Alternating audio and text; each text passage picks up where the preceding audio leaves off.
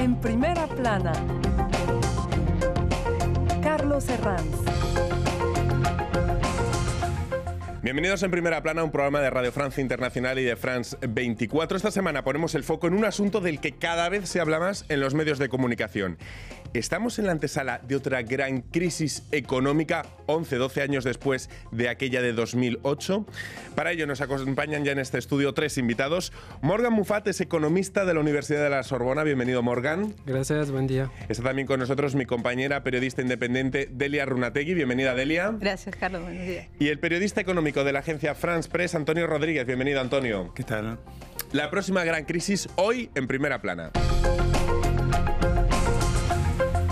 Bueno, pues cada vez hay más instituciones y analistas que están alertados por la próxima gran crisis económica. Todavía no se atreven a decir cuál será el detonante ni cuándo comenzará esa gran crisis exactamente, pero tenemos ya algunos factores de incertidumbre encima de la mesa. Por ejemplo, la desaceleración económica mundial y la gran guerra comercial desatada especialmente entre Estados Unidos y China. A partir de ahí nos preguntamos hoy en el programa si la economía mundial está dando verdaderos signos de estar en la antesala de otra gran crisis económica.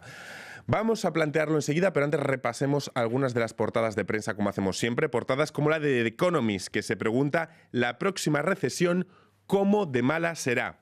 El New York Times también especula en algunos artículos sobre cómo puede desencadenarse en 2020, ya en apenas unas semanas, esta recesión, y lo conecta directamente con la guerra comercial. También el Courrier International representa como dos gallos de pelea a Trump y a Xi Jinping, a los mandatarios estadounidenses y chinos, en referencia a esa guerra comercial.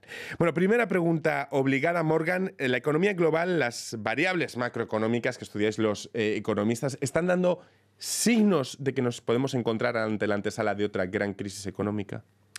Pues digamos que hay signos, sobre todo en los mercados financieros, pero también a nivel de la actividad económica, que está decelerando de nuevo después de varias fases de una bajada fuerte en 2015. Uh-huh.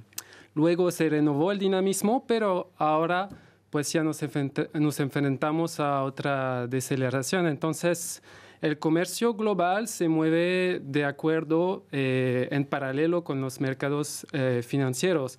Pero yo creo que lo más importante ahora es el factor político y la incertidumbre, sobre todo que nos enfrentamos con la guerra comercial, el Brexit, etc. Uh-huh.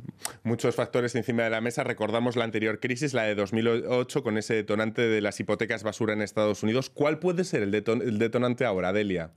Yo creo que pueden ser varios desde ya, hablando de la crisis institucional que existe, la crisis política y los problemas sociales que no solamente existen en los países en vía de desarrollo como en Latinoamérica, sino también acá en Europa, especialmente en este momento en Francia. Yo creo que eso puede ser un factor que le sume disfuncionalidad a la crisis económica, es decir, puede venir un poco más grave. Más de una década después de que estallara la gran crisis económica de 2008, Antonio, quizá la pregunta es: ¿hemos aprendido las lecciones de la anterior crisis o seguimos cometiendo los mismos errores? No hemos aprendido las lecciones, y yo incluso diría que antes de hablar de próxima crisis económica, si le preguntamos hoy a un chaleco amarillo francés o a un chileno o a un colombiano que salió a la calle en las últimas semanas, nos va a decir que la crisis ya está aquí. Yo, volviendo al tema de 2008, pienso sinceramente que todavía seguimos en crisis. Esa crisis del 2008 no se ha acabado. Tuvimos la crisis financiera con Lehman Brothers en 2008, la crisis de la deuda después en Europa a partir de 2011, la crisis política. Tuvimos a Trump, tuvimos al Brexit, no tenemos gobierno en España, no hay gobierno en Bélgica tampoco, y ahora tenemos una crisis social que a través del mundo, ¿no? Con los chalecos amarillos aquí en Francia, con las manifestaciones que hay en toda Latinoamérica, incluso en Hong Kong, se puede deducir que también hay un aspecto económico tras de ello. Entonces, pienso que no hemos aprendido la lección y sobre todo que seguimos atrapados en esa crisis de 2008. La guerra comercial entre China y Estados Unidos, las consecuencias reales del Brexit cuando se llega a cabo, el precio del petróleo, la inestabilidad política en varios rincones del planeta. de todas las incertidumbres que sí tenemos sobre la mesa, que son una realidad, ¿cuáles son más dañinas económicamente o de cuáles hay más temor? Morgan. Yo creo que sin duda es la guerra comercial entre Estados Unidos y China. Es decir, son los dos principales motores del crecimiento mundial y todo el mundo está suspendido a las cifras del crecimiento del Producto Interno Bruto de China. Entonces, lo que pasó el año pasado cuando deceleró la máquina para calentar la economía global, pues todo el mundo se asustó. Hubo un estímulo muy fuerte de la parte del gobierno, y yo como otro llegué a la economía global, pero ahora no sabemos lo que va a pasar en las negociaciones. Es decir, si se van a implementar hasta 250, 300 billones de dólares de impuestos para las importaciones estadounidenses, eso tendría efectos indirectos en toda la economía global, para América Latina también. Porque hablamos de una guerra comercial entre los dos gigantes, entre Estados Unidos y China, pero que nos afecta directamente a todos, Delia. Totalmente. Además, yo creo que también es la suma de los factores, ya que los capitales no saben en qué región pueden invertir, entonces existe una tensión constante, es decir, una retención de inversión, que es lo que crea este ámbito de nada, de cero inversión, de esperar y no se sabe bien esperar qué. Antonio. Yo diría que tenemos dos casos diferentes. Estados Unidos va bastante bien. Tiene el periodo más largo de crecimiento de su historia. Es débil, el crecimiento es flojo, pero desde 2009, más o menos, empezó la recuperación, el crecimiento de Estados Unidos. En cambio, China está decelerando y eso se nota en el consumo de materias primas y eso tiene repercusiones necesariamente sobre los países exportadores de materias primas, como muchos latinoamericanos que desde, digamos, 2004-2005 se han beneficiado de la demanda china, que fue extraordinaria y que permitió a muchos países pues, tener tasas de crecimiento fabulosas en el continente latinoamericano y en Asia también. Entonces tenemos ahí un estancamiento chino, en parte debido a Donald Trump y a sus medidas, pero es también algo estructural. China está cambiando. China ya no necesita invertir tanto en construcción de fábrica, al revés. Tiene sobrecapacidades de acero, tiene muchos problemas de sobrecapacidad.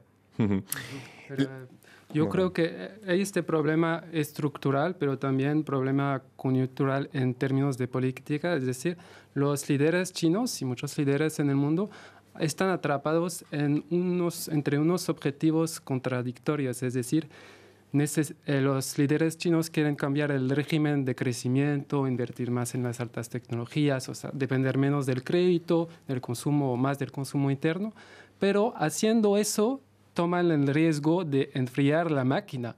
Y eso es muy crucial para el Partido Comunista Chino, mantener la paz social que a costo en cambio del crecimiento.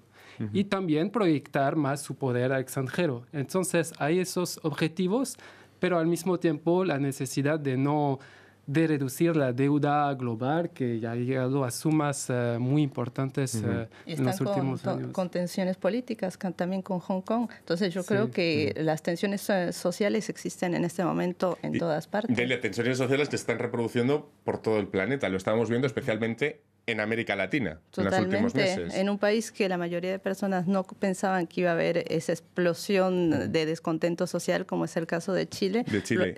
Que fuera de Chile se tomaba como el ejemplo, el modelo de América Latina. Exacto. Y ahora se ve que realmente no existe un modelo en general. Todos los modelos están siendo debilitados y se está viendo que las protestas sociales están funcionando. Al menos en el caso de Chile las cosas están moviéndose. Sí. Es bien interesante ver también que son de los países más abiertos a la economía global, como Chile, que fue un alumno perfecto de la liberalización económica desde los años 80 y que es un ejemplo perfecto de la dependencia a los precios de las materias primas, sobre todo el cobre. El cobre. Y en América Latina también tenemos a México, que está muy abierto, pero más dependiente del ciclo económico de los Estados Unidos. No sé, Antonio, si hay estados o regiones que estén mejor preparados para soportar el peso de otra crisis económica que otros. Uy, eso es complicado. Es complicado, ¿no? Siempre se habla del ejemplo francés que en la anterior en la anterior crisis, que es un modelo que permite amortizar la crisis, pero después la recuperación es mucho más lenta. Entonces, en este momento... En cualquier caso, sí que Francia no hizo los recortes que hicieron otros países de su entorno, como por ejemplo el caso español o el caso de Grecia o Italia, ¿no? Bueno, Francia es un estilo diferente y efectivamente, Francia pasó entre las gotas, ¿no? Sin hacer los recortes que hizo antes, pero está llevando a cabo reformas, la reforma laboral que hizo Emmanuel Macron, todo eso, son reformas estructurales que a mí me recuerdan lo que se llamó en España la devaluación interna de 2012, más con Rajoy. O sea que se permite después tener margen para bajar los sueldos, tener menos subsidios de desempleo y entonces estamos en una fase... Bueno, no se puede decir tampoco que la economía va bien en Europa, está a niveles muy bajos, pero Francia está resistiendo mejor que Alemania en este momento, pero el día que llegue efectivamente la crisis vamos a ver cómo cada país se puede defender. Sí, Perdón. no, es interesante porque la diferencia también entre Francia y la Alemania, lo que vimos en Alemania es un resultado también de su exposición de las exportaciones, sí, ¿no? claro, su economía sí es estructuralmente. Y siempre es un problema estructural, pero los gobiernos no pueden hacer mucho porque cada reforma tiene el riesgo de desacelerar una dinámica de crecimiento que es muy frágil desde 2008.